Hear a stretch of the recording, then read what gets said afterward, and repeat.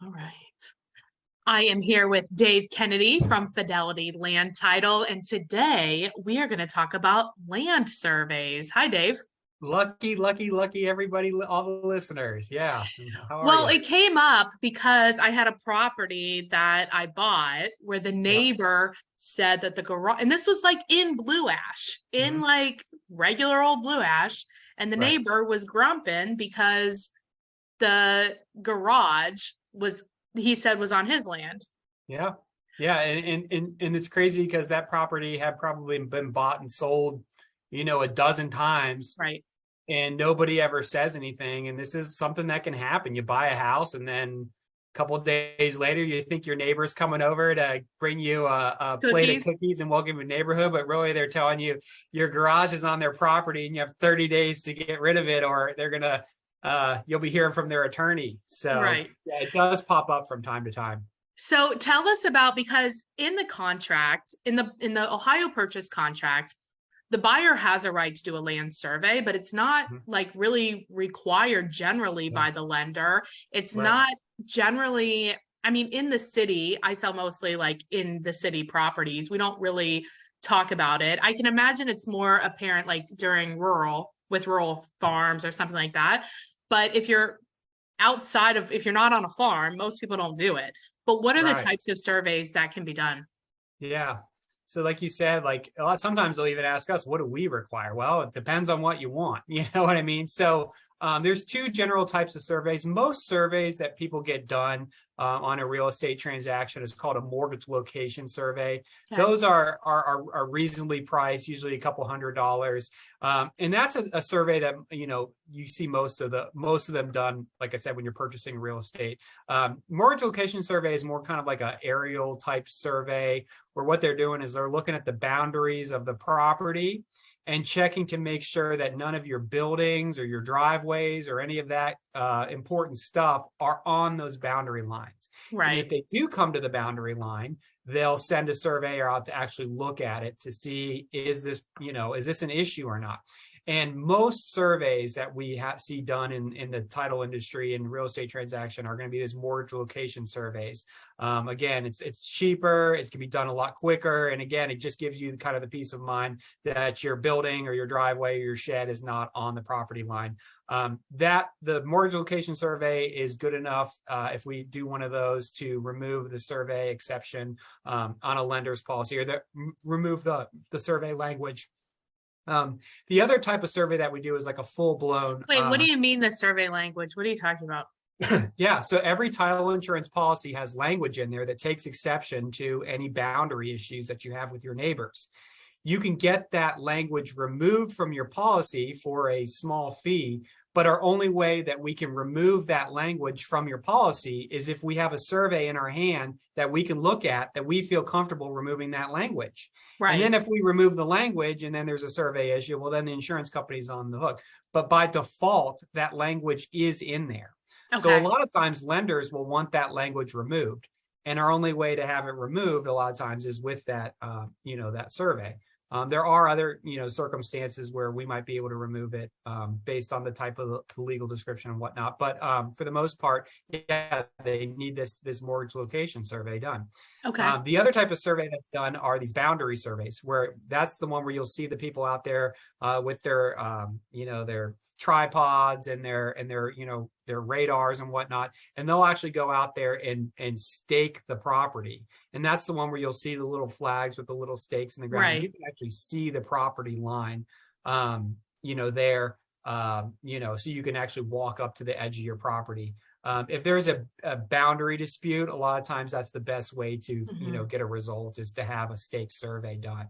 Right. Those are more expensive, and they're going to be based on the size of the property, where it's located, how easy it is to access the property. We'll do sales out in Eastern Ohio where it's very hilly, and the survey actually has to kind of almost climb a mountain to do it. So, it could be based on Right. the work that needs to be done. Whereas the mortgage location survey that we need to have done, to remove that language, those can be done kind of electronically. And I would say that these surveys really only come up like if you're buying a house like in a neighborhood and it's a clear like cookie cutter neighborhood.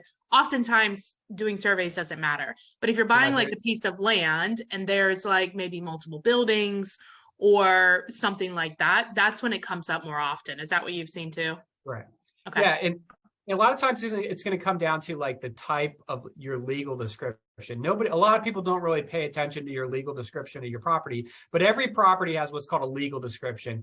And you can go to that legal description and you find out exactly where your property lays, on the land. Like go to the old tree by Mr. Brown's house. Go left, yes. like that. And in that legal description, that what you're describing, starting at the northwest point of this and looking for a rock monument 200 feet due west, right. That legal description is called meets and bounds. Okay. Those are the ones that you typically will see in a rural area. Those are the ones that we, will typically, see that, we need a survey done, to remove any language because, we don't know what that is. Right. A lot of times in cities, like you mentioned, they have what's called platted lots. So it'll be subdivision recorded in this plat on this date, lot number 400 of this subdivision, recorded during land survey, this number.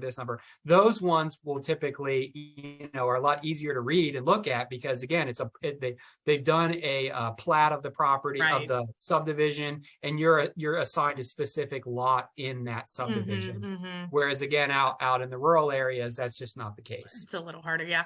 Do you know how much surveys? I know it depends, but like the range of how much these cost generally?